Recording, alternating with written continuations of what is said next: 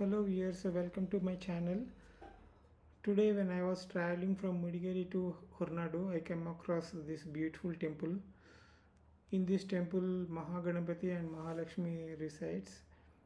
And when I was talking to priest, the priest has explained me the history of this temple.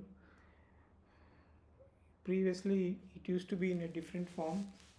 So this Sringeri Mat Swamiji Sri Bharati Tirtha Swamiji has visited this temple and has took responsibility of changing this temple decorum and all, and he has consecrated the temple deity in a new form.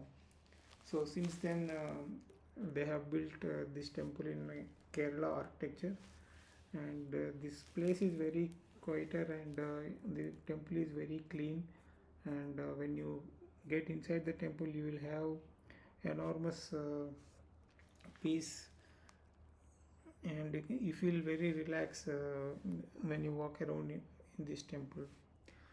So I was talking to the temple organizer, Mr. Pramod sir. So he is giving all the details about this temple in his native language. Let's listen to him. Yeah, guys, we have Pramod sir with me, and he is the secretary of this Mahalakshmi temple, and I requested him to give the brief history about this temple. So let's listen to him what he will say. ನಮಸ್ತೆ, ನಾನು ಪ್ರಮೋದ್ ಅಂತ, ಈ ದೇವಸ್ಥಾನದ ಮಾಜಿ ಕಾರ್ಯದರ್ಶಿ. ಈ ದೇವಸ್ಥಾನಕ್ಕೆ ಸುಮಾರು 150 ವರ್ಷಗಳ ಇತಿಹಾಸ ಇದೆ. ಸುಮಾರು 150 ವರ್ಷಗಳ ಹಿಂದೆ ಇದು ಇಲ್ಲೇ ಸಮೀಪದ ಮಾಗುಂಡಿ ಸಮೀಪದ ಕಬ್ಬಿಣಮಣ್ಣು ಅಂತ ಒಂದು ಸ್ಥಳದಲ್ಲಿತ್ತು. ಆ ನಂತರದಲ್ಲಿ ಈ ಅಮ್ಮನವರ ವಿಗ್ರಹವನ್ನು ಇಲ್ಲಿ ತಂದು ಪ್ರತಿಷ್ಠಾಪನೆ ಮಾಡಿದ್ರು. ಇದು ಕೇವಲ ಒಂದು ಕುಟುಂಬಕ್ಕೆ ಸೀಮಿತವಾದ ದೇವಸ್ಥಾನ ಆಗಿತ್ತು. ತದನಂತರದಲ್ಲಿ ಆ ಕುಟುಂಬದವರು ಅವರ ಸ್ವಇಚ್ಛೆಯಂತೆ ಇಡೀ ಈ ಗ್ರಾಮಸ್ಥರಿಗೆ, ಮುನ್ನೂರ್ಪಾಲ್ ಎಂಬ ಗ್ರಾಮಸ್ಥರಿಗೆ ಈ ದೇವಸ್ಥಾನವನ್ನ ಬಿಟ್ಕೊಟ್ಟು, ನಂತರ 95-96ನೇ ಇಸ್ವಿಯಲ್ಲಿ ಬಿಟ್ಕೊಟ್ರು. ನಂತರ ಈ ದೇವಸ್ಥಾನವನ್ನು, ಹಳೆ ದೇವಸ್ಥಾನ ಇತ್ತು, ತುಂಬಾ ಹಳೆಯದು. ಈ ದೇವಸ್ಥಾನಕ್ಕೆ ಒಂದು ಜೀರ್ಣೋದ್ಧಾರ ಸಮಿತಿಯನ್ನು ಮಾಡ್ಕೊಂಡು 96ರಿಂದ ಸುಮಾರು 2006ನೇವರೆಗೂ ಈ ದೇವಸ್ಥಾನವನ್ನ ರಿನೋವೇಟ್ ಮಾಡಿ, ಅಂದ್ರೆ ಜೀರ್ಣೋದ್ಧಾರ ಮಾಡಿ ಈಗಿರುವಂತಹ ಹೊಸ ದೇವಸ್ಥಾನವನ್ನ ನಿರ್ಮಿಸಲಾಯಿತು. ಈ ದೇವಸ್ಥಾನಕ್ಕಿದ್ದಂತಹ ಹಳೆ ವಿಗ್ರಹ ಕೂಡ ಸ್ವಲ್ಪ ಭಿನ್ನ ಆಗಿದ್ರಿಂದ ಆ ವಿಗ್ರಹವನ್ನು ಕೂಡ ನಮ್ಮ ಶೃಂಗೇರಿ ಸಂಸ್ಥಾನವೇ ಅವರ ಸಂಪೂರ್ಣ ಜವಾಬ್ದಾರಿಯಲ್ಲಿ ಮಾಡಿಸಿಕೊಟ್ಟು, ಹಾಗೂ ಪುನರ್ ಪ್ರತಿಷ್ಠಾಪನೆಯನ್ನು ಶೃಂಗೇರಿ ಜಗದ್ಗುರುಗಳ ಜವಾಬ್ದಾರಿಯಲ್ಲೇ ಅವರೇ, ಸ್ವತಃ ಭಾರತೀ ತೀರ್ಥ ಮಹಾಸ್ವಾಮೀಜಿಗಳೇ ಅವರೇ ಬಂದು, ಅವರೇ ಶಿಖರಕ್ಕೆ ಅವರು ಕಲಶಾಭಿಷೇಕ ಮಾಡಿ, ಅವರು ಇಲ್ಲಿ ಒಂದು ದಿವಸ ಇದ್ದು ಸಂಪೂರ್ಣ ಪ್ರತಿಷ್ಠಾಪನೆ ಜವಾಬ್ದಾರಿಯನ್ನು ತೆಗೆದುಕೊಂಡು ಅವರೇ ನೆರವೇರಿಸಿಕೊಟ್ಟಿರ್ತಾರೆ. ಹಾಗೆ ಈ ದೇವಸ್ಥಾನಕ್ಕೆ ಸುತ್ತಮುತ್ತಲಿನ ಹಲವಾರು ಭಕ್ತಾದಿಗಳು ಬರ್ತಾರೆ. ಇದು ಯಾವುದೇ ಗೌರ್ಮೆಂಟಿಗೆ ಸಂಬಂಧಪಟ್ಟದ್ದಾಗಲಿ, ಮುಜರಾಯಿ ಯಾವುದಕ್ಕೂ ಸಂಬಂಧಪಟ್ಟಿದ್ದಲ್ಲ, ಕೇವಲ ಒಂದು ನಮ್ಮ ಹೆಬ್ಬಾರ್ ಬ್ರಾಹ್ಮಿನ್ಸ್ ಒಂದು ಕುಟುಂಬಕ್ಕೆ ಸಂಬಂಧಪಟ್ಟಿದ್ದು.